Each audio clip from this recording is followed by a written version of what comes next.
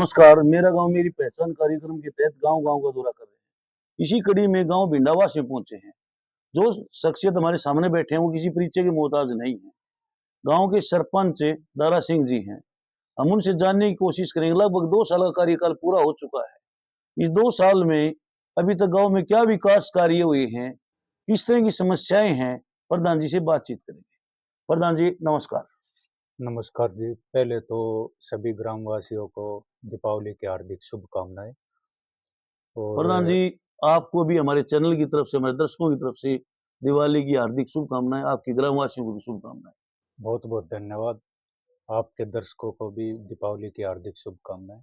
भाई साहब जैसे बात करते हैं, अभी सरकार नहीं बनी है बीजेपी सरकार और लोगों के अंदर एक चल रहा था कि भई टीवी चैनल भी दिखा रहे थे, कांग्रेस की सरकार बनेगी, कांग्रेस की बनेगी। तो बीजेपी सरकार बनी हुई है, क्या कुछ कहना चाहोगे आप पर? मैं तो ये कहना चाहूँगा कि बीजेपी सरकार पूरे बहुमत से बनी, ये बहुत अच्छी बात है। जी, क्यों?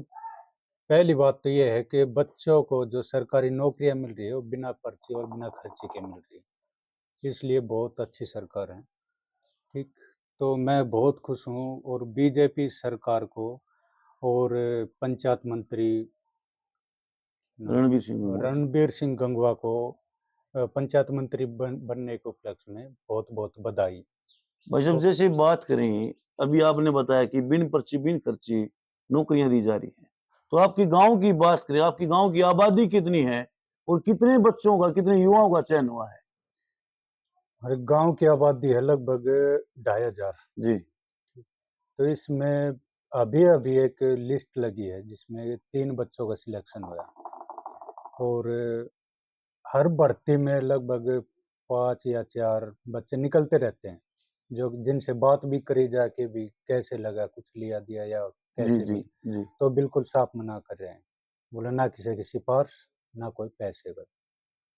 मतलब बिना पैसे, बिना पैसे के, बिना खर्चे, बिना पर्ची मिली है। बिना पर्ची और बिना खर्ची के तो नौकरियाँ हैं। प्रधान जी जैसे आपने बताया कि बिना पर्ची, बिना खर्ची नौकरियाँ दी है सरकार ने और युवाओं की मेहनत है।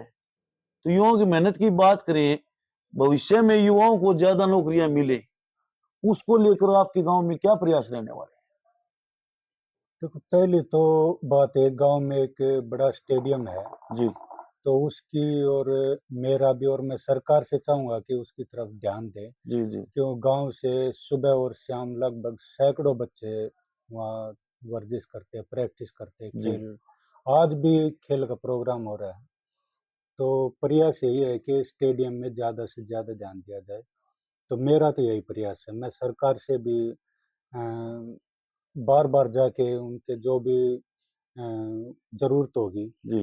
वो डिमांड रखूँगा, ताकि सरकार कुछ सहयोग करे। तो इस बारे में अभी आप संबंधित विभाग के अधिकारियों से, मंत्रियों से मिले हो पहले आप, स्टेडियम को लेकर?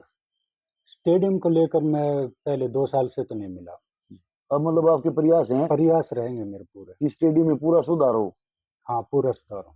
एक जैसे ई-लाइब्रेरी की बात करते हैं, जैसे बच्चे सेल्फ स्टडी करते हैं, तो बैठने की बहुत उनको जगह की ज़रूरत होती है और वो या तो झज्जर जाते हैं, रोहतक जाते हैं ई-लाइब्रेरी के लिए, पढ़ने के लिए जाते हैं। उससे उनके समय की बर्बादी होती है और खर्चा भी ज़्यादा लगता है। तो क्या कुछ कहना चाहोगे? क्या गाँव में ई-लाइब्रेरी है? अब तक गाँव में ये लाइब्रेरी नहीं है। जी, तो पहले जैसे शुरू-शुरू में सरपंच बना, उस टाइम मैंने प्रयास भी करा था, और सरकार की ओर से भी अ, बोल दिया गया था कि भी लगभग हर गाँव में ये लाइब्रेरी बिल्कुल, होगी। बिल्कुल। तो उसके लिए प्रयास करा था, लेकिन अब तक बन नहीं पाई है। तो उसके लिए भी प्रयास करूँगा कि ई लाइब्रेरी गाँव में हो, ताकि बच्चों को परेशानी ना हो। तो जैसे बच्चे आपने बताया कि खेलने के लिए जाते हैं, स्टेडियम में जाते हैं, तो उनको कुछ समस्या का सामना करना पड़ता है स्टेडियम के अंदर? इस स्टेडियम के अंदर कोई समस्या नहीं है। जी, प्रैक्टिस करते हैं मतलब? हाँ, प्रैक्टिस करते हैं। तो सरकारी नर्सरी भी है स्टेडियम के अंदर, खेल की नर्सरी होती है ना, वो खेलों की नर्सरी है।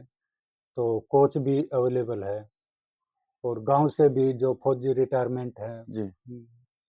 जो भी युवा है, तो वो भी अपना सहयोग दे रहे हैं। तो काफ़ी मेहनत कर रहे हैं बच्चे। भाई साहब जैसे अभी आपने बताया कि फौजी जो है ना काफ़ी सहयोग कर रहे हैं। कोई जैसे टूर्नामेंट आज भी आपने गेम बताए हैं, हाँ। आज किस तरह के गेम है, कोई मतलब स्कूल इस तरह के हैं या ग्रामीण आपकी जैसे पंचायत करवा रही है, क्या कुछ कहना चाहोगे? पंचायत करवा रही है एथलेटिक्स गेम, जी 1 लाख रुपए तक के इनाम जी है।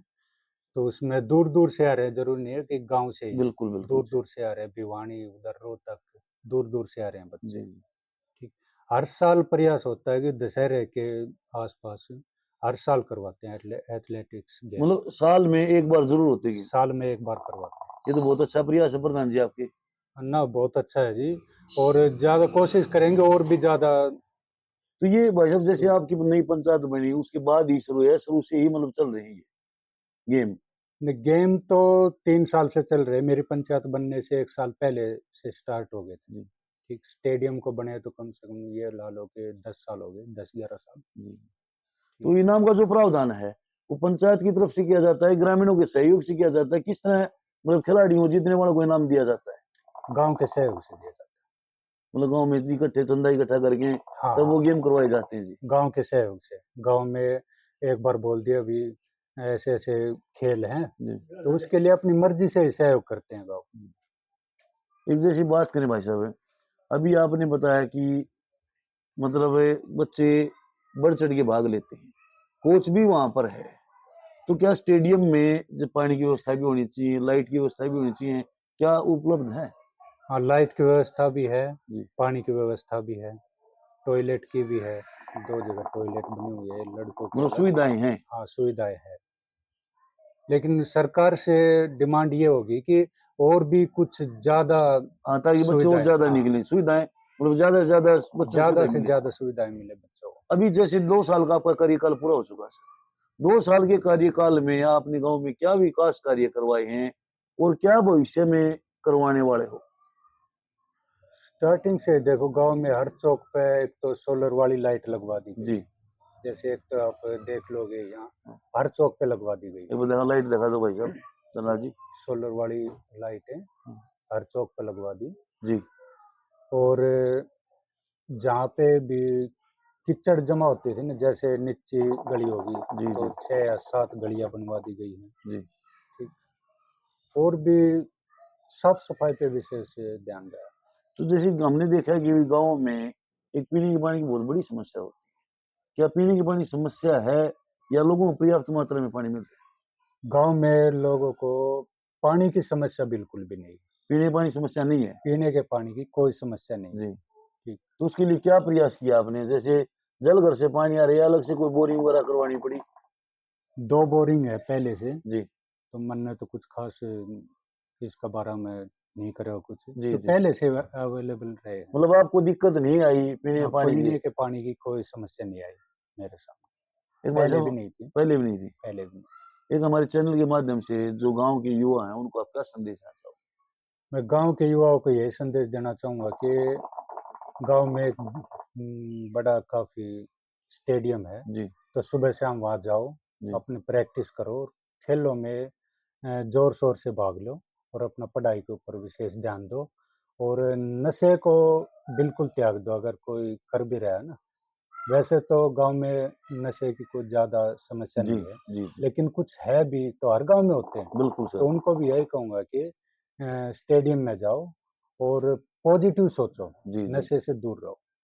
भाई साहब एक हमने कुछ दिन पहले एक आपकी वीडियो बनाई थी गांव की समस्याओं को लेकर, नशे की बात आपने बोली है, आपने ये बोला था कि आसपास कोई ठेके को नहीं रहने देंगे, तो उसको लेकर आपके क्या प्रयास रहे हैं?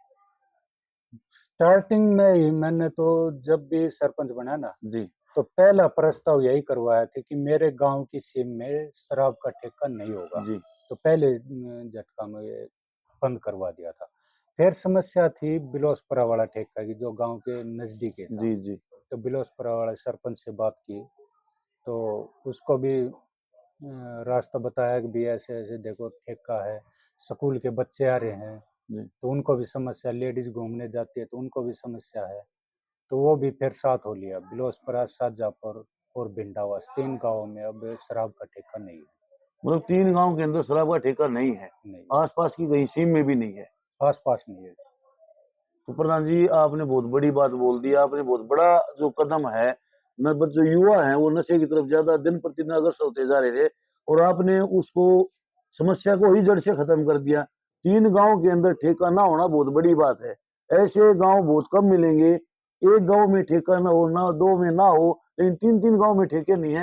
ये तो बहुत बड़ी बात है। शायद ही हरियाणा गाँव हो। देखो ठेका ये बिलोसपुरा, शाहजहाँपुर, भिंडावास तीनों 1 किलोमीटर के एरिया के अंदर आते हैं। जी, तो बिलोसपुरा का भी अगर उठ गया तो भी गाँव के नज़दीक होगा, बिल्कुल सर, शाहजहाँपुर का भी। बिल्कुल। अब ठेका है जाके कड़ौदा जिसमें, जी, कड़ौदा है यहाँ से लगभग 2 ढाई किलोमीटर दूर, जी। तो उसकी इतनी ज़्यादा समस्या नहीं हो रही हमें। मतलब आप अब जो है शराब जो ठेके हैं, उनसे आपको किसी तरह से कोई समस्या नहीं है, क्योंकि ठेके आपने उठवा ही दिए। हाँ, ठेके उठवा दिए, अब शराब के ठेके से कोई समस्या नहीं है। प्रधान जी बहुत-बहुत धन्यवाद। इतने कीमती समय में से आपने 10-5 मिनट का समय दिया, उसके लिए मैं आपका बहुत-बहुत धन्यवाद सर। थैंक यू सर, आपको भी।